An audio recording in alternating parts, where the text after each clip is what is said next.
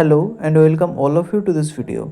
যারা রবীন্দ্রভারতী ইউনিভার্সিটির আন্ডারে ডিস্ট্যান্স মোডে এমএ কমপ্লিট করেছো এবং প্রফেশনাল সার্টিফিকেট অ্যাপ্লাই করতে চাইছো, এই ভিডিওটি তাদের জন্য।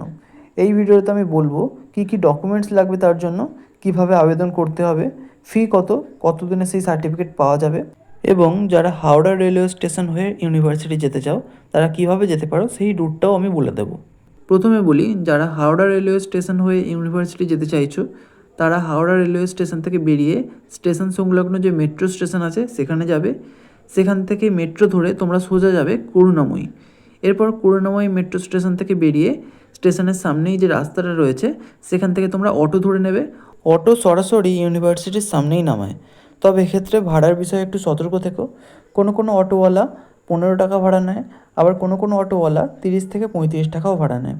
এই বিষয়ে একটু সতর্ক থেকো। এই হলো রবীন্দ্রভারতী ইউনিভার্সিটির ডিস্টেন্স ক্যাম্পাস, পাশেই রয়েছে আচার্য সদন, এবং এই হলো ইউনিভার্সিটির গেট। পাশে এখানে এইচডিএফসি ব্যাংক রয়েছে।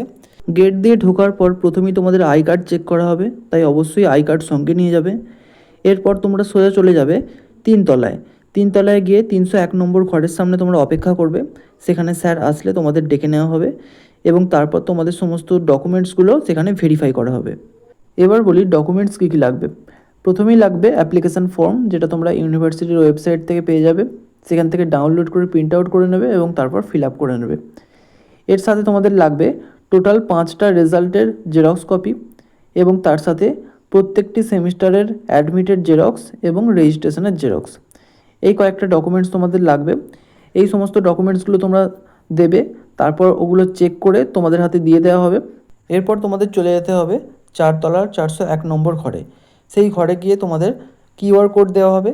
সেই কিউআর কোড স্ক্যান করে তোমাদেরকে কিন্তু 1000 টাকা পেমেন্ট করতে হবে। এই পেমেন্টটা কিন্তু ক্যাশে হবে না, তোমাদেরকে অনলাইনেই দিতে হবে। যারা কোনো অনলাইন পেমেন্ট অ্যাপ ইউজ করো না তারা অ্যামাজন পে ইউজ করতে পারো। আমি নিজেও পার্সোনালি ইউজ করি এটা, এবং এটাতে অনেক রকম সুবিধা আছে। যেমন অন্যান্য অ্যাপ্লিকেশানে রিচার্জ বা বিল পেমেন্ট করতে গেলে সেখানে আলাদা করে চার্জ দিতে হয়, কিন্তু এখানে জিরো চার্জ, এখানে কোনো রকম চার্জ লাগে না। আমি অ্যামাজন পের লিঙ্কটা এই ভিডিওর ডেসক্রিপশন বক্সে দিয়ে দিয়েছি। তোমরা চাইলে সেই লিঙ্ক থেকে অ্যাপ্লিকেশানটা ডাউনলোড করে সেখানে সাইন আপ করে বেসিক কিছু ডিটেলস দিয়ে, মোবাইল নাম্বার, নিজেদের নাম, এই সমস্ত ডিটেলস দিয়ে সেখানে সাইন আপ করে নিতে পারো। এবং তারপর ইউটিউবে অসংখ্য ভিডিও রয়েছে কীভাবে ইউপিআই সেট আপ করতে হয় অ্যামাজন পের মাধ্যমে, সেটা তোমরা দেখে নিয়ে ইউপিআইটা সেট আপ করে নিতে পারো। শুধুমাত্র তোমাদের ব্যাংকের সাথে মোবাইল নাম্বার লিঙ্ক থাকতে হবে, এবং সেই মোবাইল নাম্বারটা তোমাদের মোবাইলে থাকতে হবে, এবং তার সাথে তোমাদের একটা এটিএম কার্ড থাকতে হবে সেই ব্যাংকের। এই দুটো জিনিস থাকলে তোমরা বাড়ি বসেই অ্যামাজন পে সেট আপ করে নিতে পারবে এবং সহজেই ইউনিভার্সিটি গিয়ে ফি পেমেন্ট করে দিতে পারবে। এছাড়াও তোমাদের ব্যক্তিগত বিল পেমেন্ট বা মোবাইল রিচার্জের জন্য তোমরা এই অ্যাপটা ইউজ করতে পারো। এই অ্যাপ থেকে কিন্তু তোমরা প্রত্যেক মাসে কিছু না কিছু ক্যাশব্যাক পাবে। টাকা পেমেন্ট করার পর তোমাদের এরকম একটা সিট দেওয়া হবে, এটা তোমাদের ফিল আপ করতে হবে।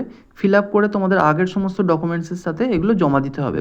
জমা দেওয়ার পর এখান থেকে একটা সিট কেটে তোমাদেরকে দিয়ে দেওয়া হবে স্ট্যাম্প লাগিয়ে, সই করে, এবং সেটা তোমাদের যত্ন করে রেখে দিতে হবে।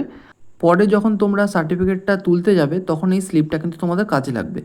এবার বলি সার্টিফিকেটটা তোমরা কবে তুলতে পারবে।